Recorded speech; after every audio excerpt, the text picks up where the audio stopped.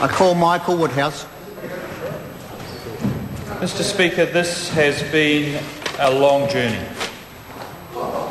And it's not one that started with the introduction of this bill into the House. It started back in 2005, I think, when the financial performance of ACC began deteriorating. And in late 2007, when the Department of Labour told the Labour government that Vote ACC wasn't sufficient by a long chalk to meet the dozen or more extensions to the scheme they planned to put in place. And 3 times the previous Labour government were told in 2008 of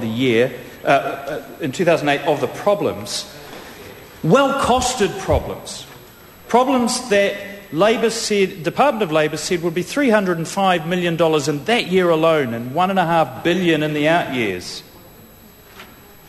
In breach of the Public Finance Act, they remained silent on it. They failed to put it into the pre-food.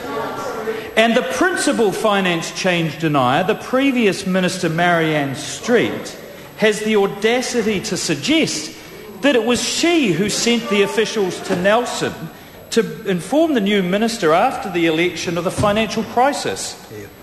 Well, it was too late then.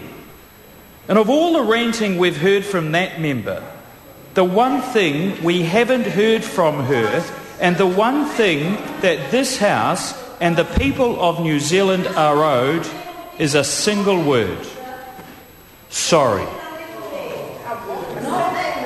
And the second principal finance change denier, Mr. Parker, challenged the minister, had the audacity to challenge him on the financial justification for these changes. Well, it's a pity his party didn't hold itself to the same high standards of accountability that member seems to demand of this government. And I simply reject the suggestion that those changes haven't been rigorously costed. They have. They're imputed into the proposed levies for 2010-11, and thank goodness they are, Mr. Speaker. Because let me share the positive impacts of this bill on them. Without the bill, a worker on the average wage would have been facing a $550 per annum increase in ACC levies. With the bill, $150. Car registrations would have gone up by $103. With the bill, $30. Employer levies going up by 44% without the bill. With the bill, 12%. Sir, and I find it absolutely amazing that in the over 100 calls we had in the committee stage of this bill, not a single opposition member once mentioned the levy payers. In fact, Ms Dyson just mentioned them in her speech, but there was no other mention. In fact, they can't even bring themselves to use the word employer. When I was at ACC and when the previous administration was in power, it was called the employer account. They couldn't even bring themselves to use the term employer. They had to change the name to call it the work account. Such is their animosity towards those employers. Mr. Speaker, there's always been a black, a white and a grey when it comes to ACC.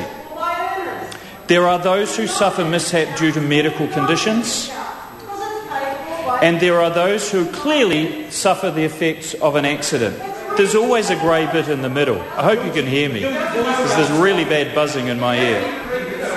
What's been happening over the last 5 years is that grey area has got thicker and thicker and thicker, and it becomes more and more difficult for the corporation to manage that grey.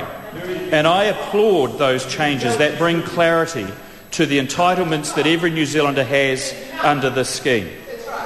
Mr. Speaker, my final comment is to the staff of ACC.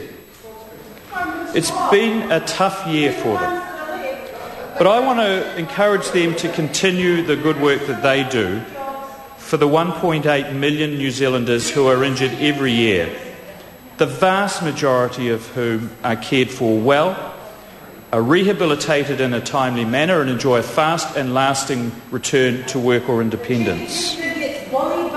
But I'd also encourage them to continue to improve that rehabilitation effort, to not resile from the goal of rehabilitation claimants, even when that goal is tough. Tough for the claimant, tough for them.